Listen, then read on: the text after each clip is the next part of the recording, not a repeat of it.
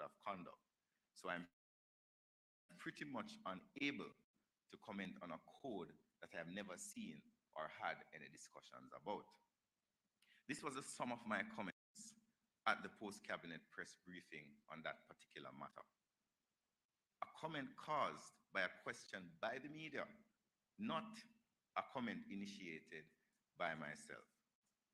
Yet, the Integrity Commission says the Communications Minister, the Honorable Nestor Morgan, has also made a number of public remarks concerning the Commission's leadership code of conduct that might have confused the public.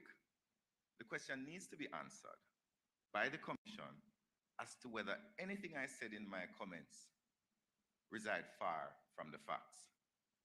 I assert that nothing I said is erroneous.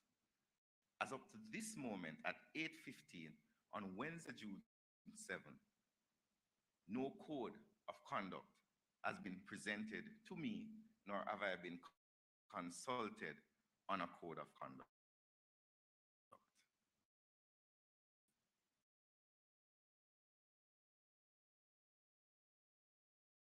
That the Commission has accused me of statements that undermine my credibility as the minister with responsibility for information. Additionally, the fact that the Commission may have engaged the Jamaica Information Service does not defeat the fact that up to today, as the minister, I was never engaged on such a code. In point 3 of their statement, the Commission states that the Commission on November 15, 2022, wrote a joint letter to Prime Minister Andrew Holness, an opposition leader, requesting that they should commit to the code on their own behalf and on behalf of the members of their cabinet and shadow cabinet. The identical code was appended to both letters. This is my third response. In their own release, the Commission has admitted that they, quote, requesting the Prime Minister and leader of the opposition should commit to the code on their behalf and on behalf of members of their cabinet and shadow cabinet, respectively. They admit that at no point in their initial correspondence did they indicate that cabinet ministers should sign the code. We must ask the Commission, how did it come to pass that cabinet ministers are now required to sign? Was it the opposition leader who made that suggestion? They admit in point 6 of their release, quote, the opposition leader was the first public official to sign and commit to the Commission's leadership code of conduct. He did so on January 9, 2023. However, and this is in quotations, rather than sign on behalf of members of his shadow cabinet, he wrote to the Commission to seek its authorization for each of them to sign their approval to this request. Subsequently, 10 other members of the shadow cabinet have since formally signed the code. End quote. Is it appropriate, John, would subject by a person, official, end quote, to make such a change conduct expressly states that it's predicated on the fact that special training was administered by the Commission to members of cabinet and to members of the shadow cabinet. This was done between November 9, 2020 and February 15, 2021, and between November 2021, respectively. The training took the form of 12 specialized anti-corruption and good governance workshops that developed by the Commission for that purpose. My response number 4. I wish to state unequivocally, and I challenge the Commission to provide evidence that this cabinet minister was invited or received any training from the Commission. This statement, quote, that training has been administered by the Commission to members of the cabinet and to members of the shadow cabinet was done between November 9, 2020 and February 15, 2021, and November 15, 2021, and May 20, 2022, respectively, end quote, is problematic. The public should note that my appointment as cabinet minister was on January 10, 2022. This was after such training. And while they have not been specific as to when they trained cabinet ministers versus when they trained shadow cabinet ministers, since I have opportunity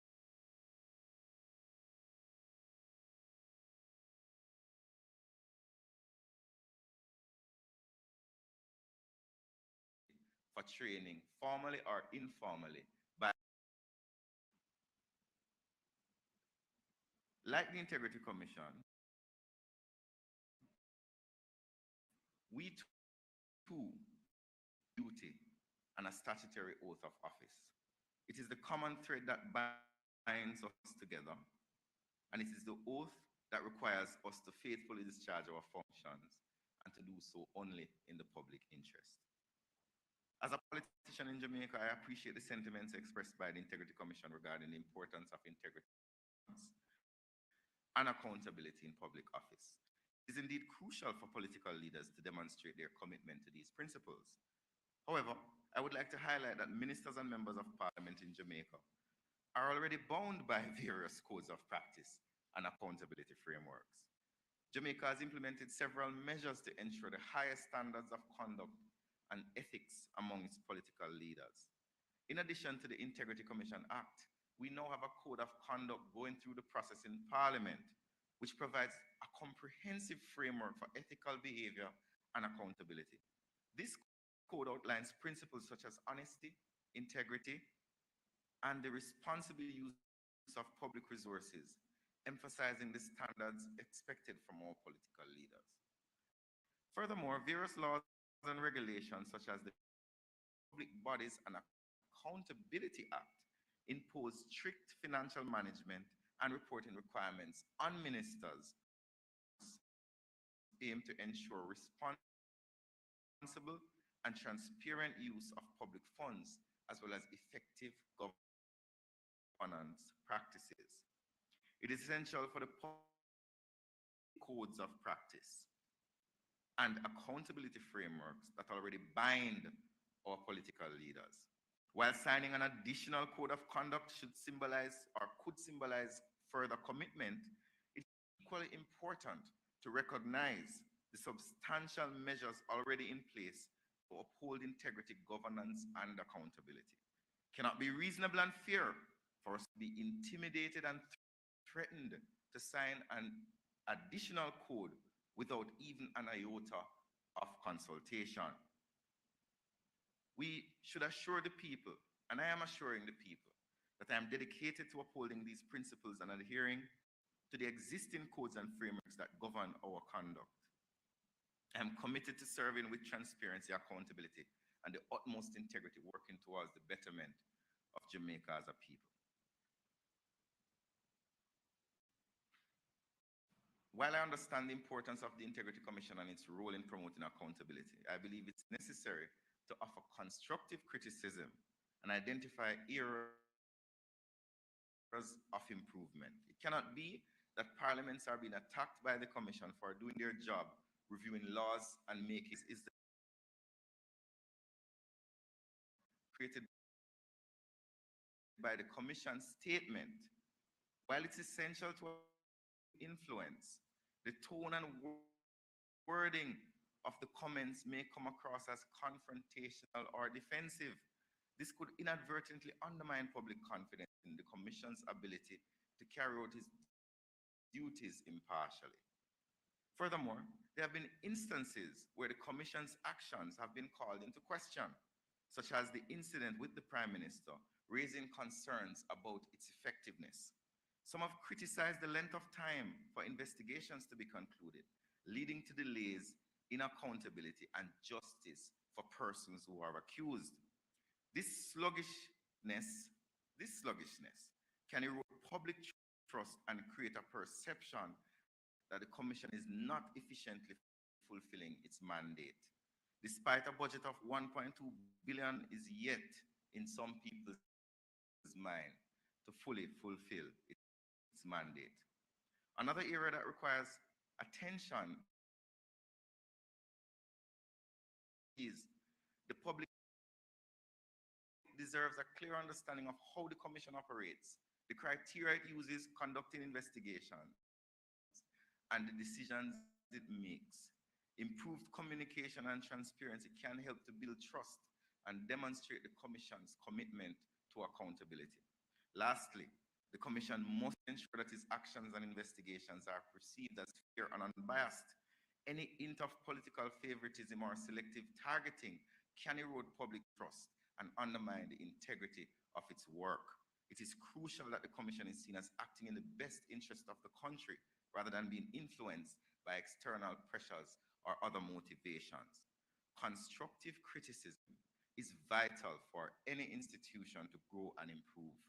I believe that by addressing these concerns, the Commission can enhance its effectiveness, restore public confidence, and fulfill its mandate to promote integrity, government, and accountability. Integrity, governance, and accountability in Jamaica. Thank you very much. I now ask Minister Delroy Chuck, who is here today, to make his presentation.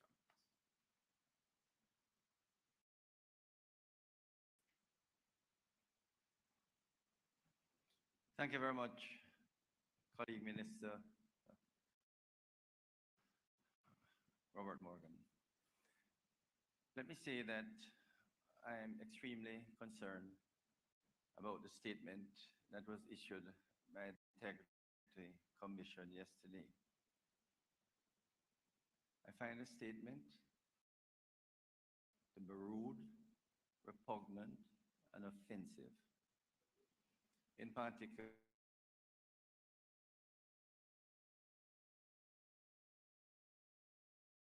that what is in the code of conduct, those who fail to sign do not intend to live up to those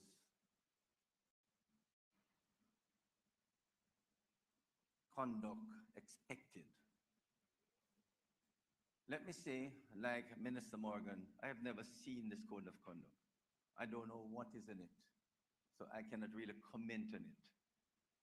But let me say that from I was a teenager, I determined to live by Christian principles. So signing any code of conduct won't help me to live better.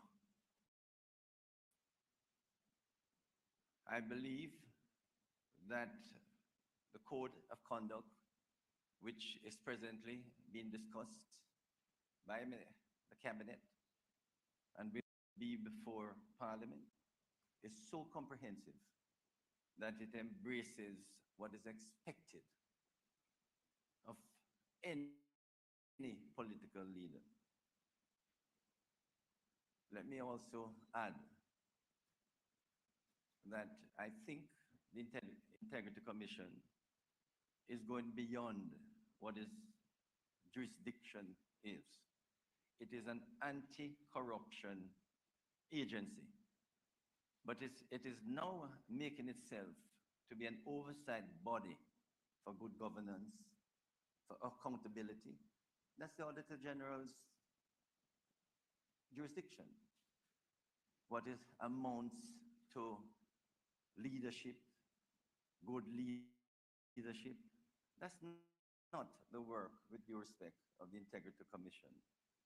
We want the Integrity Commission to expose corruption in this country.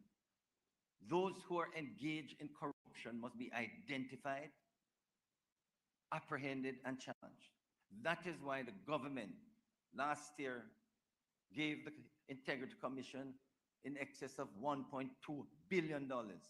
And this year, in excess of $1.3 billion has been provided to the Integrity Commission.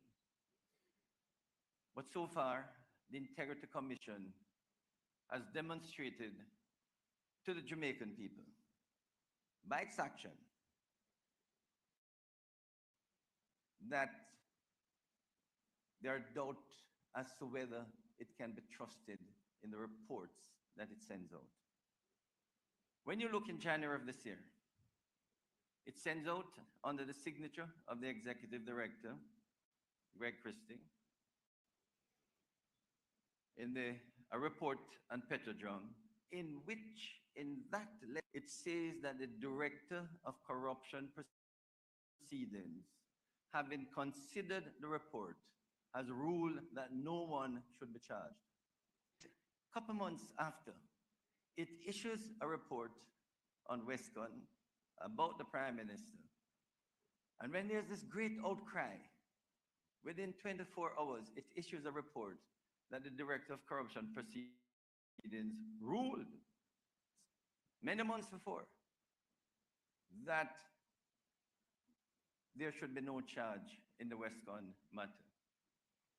And the Corruption Commission had the audacity to say that it could not issue that ruling at the same time, when in fact, in January, on the Petrodrum report, it issued the report at the same time. How can one trust the integrity corruption reports? And yesterday, with due respect, with that release, it certainly brings into focus whether it is acting in the interests of exposing corruption and in the interests of ensuring that the Jamaican people get value for the money that has been allocated to it. I'm of the strong view that going forward, the Oversight Committee of Parliament is looking at all the submissions presented, including those from the Integrity Commission, including others from civil society. And in due course, we will send a report back to Parliament to be debated, and that report will also be available to the public to see what exactly this Oversight Committee would like the Integrity Commission to act in a manner that it can attract the trust and confidence of the Jamaican people. The Joint Select Committee is determined to adjust the Integrity Commission Act to ensure that it acts properly within its mandate and that corruption can be removed, excised from all levels of the Jamaican society. Thank you.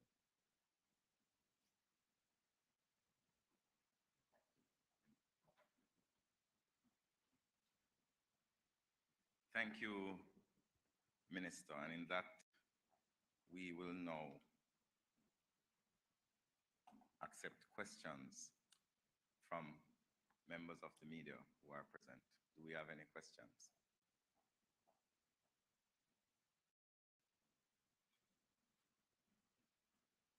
Hi, thank you.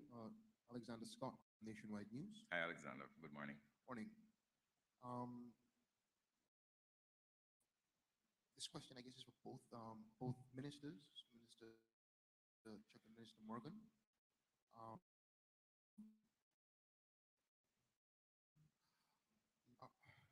Both of you actually, was that you haven't seen this document. Now that it has been made public, that is not the document, but the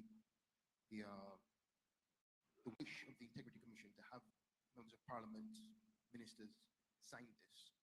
Have you asked either the Integrity Commission or the Prime Minister himself about these No, I have not had any conversations with the Prime Minister about the document. Okay.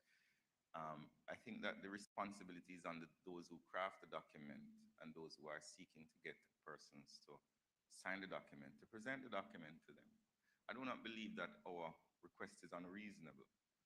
Good governance dictates that if it is that you want someone to sign something, that you approach them and you have engagement with them and consult with them.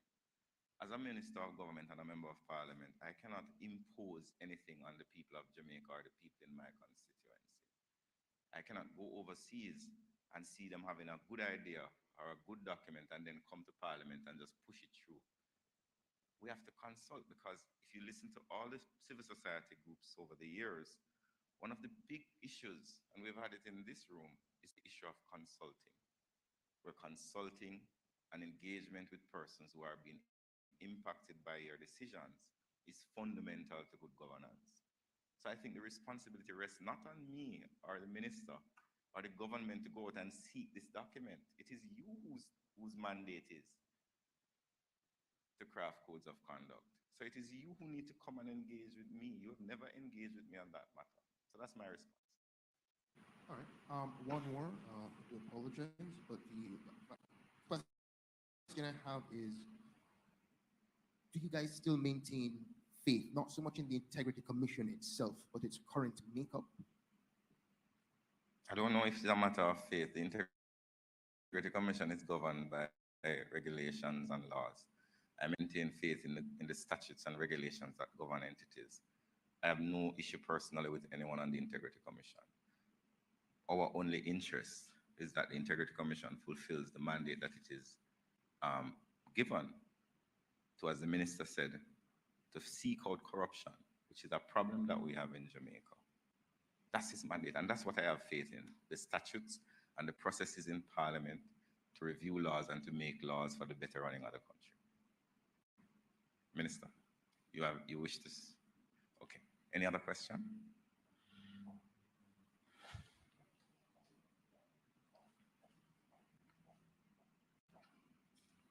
Good morning. Warren Bird from Radio Jamaica News. Nice. Thanks for coming, Warren. In light of the public discourse going on, not to say, not for lack of a better word, the combative between the stance of the administration and the actions of the Integrity Commission, how do you see going forward a repairing of this current situation, and then so it can get back to the Integrity Commission doing the tasks that they are mandated and having the, as you said, consultancy with the administration? Well, I am not. And the reason why I want to make it clear, the reason why I was forced to comment was because a reporter from your organization, and I think it was the 18th of April, asked the question. And that is where I, as minister with responsibility, became engaged in the discussion. I'm not in a combat with the Integrity Commission. My responsibility as minister is to do one thing, and it's to state facts. And I have outlined in my presentation the facts as it relates to myself in this matter. As I said before, the Integrity Commission has a job to do. It needs to do its job. I, as a minister and as a member of parliament, I am doing my job. This is what I am here to do. So there is no combat between the government and the Integrity Commission. People need to do what they are appointed and elected to do. That's it. I have two other questions for Minister. Unrelated to this matter. Okay.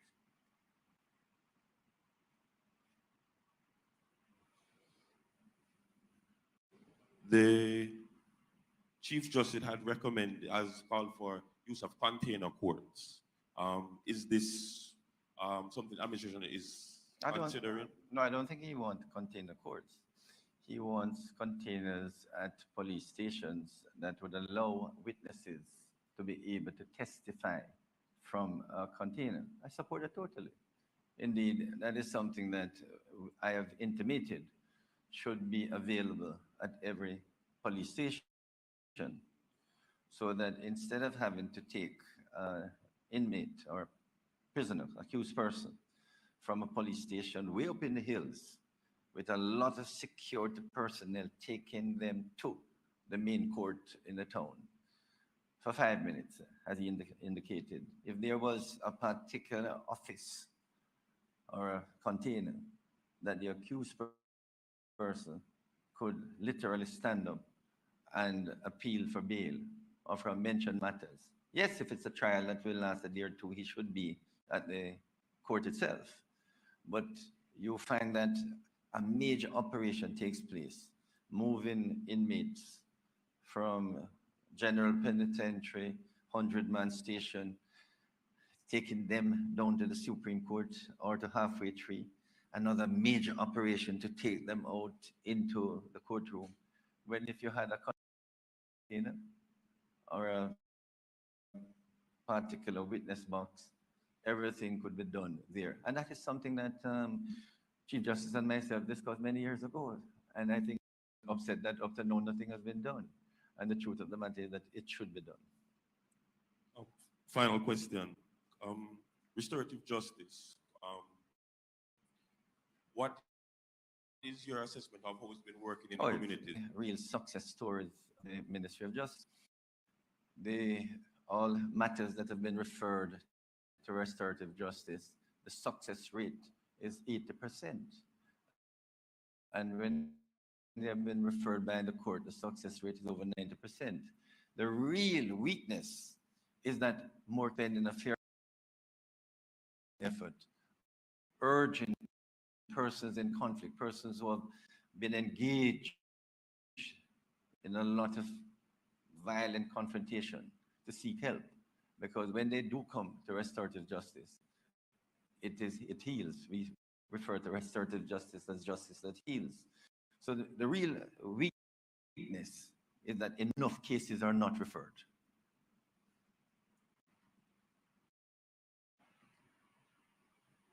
Thank you.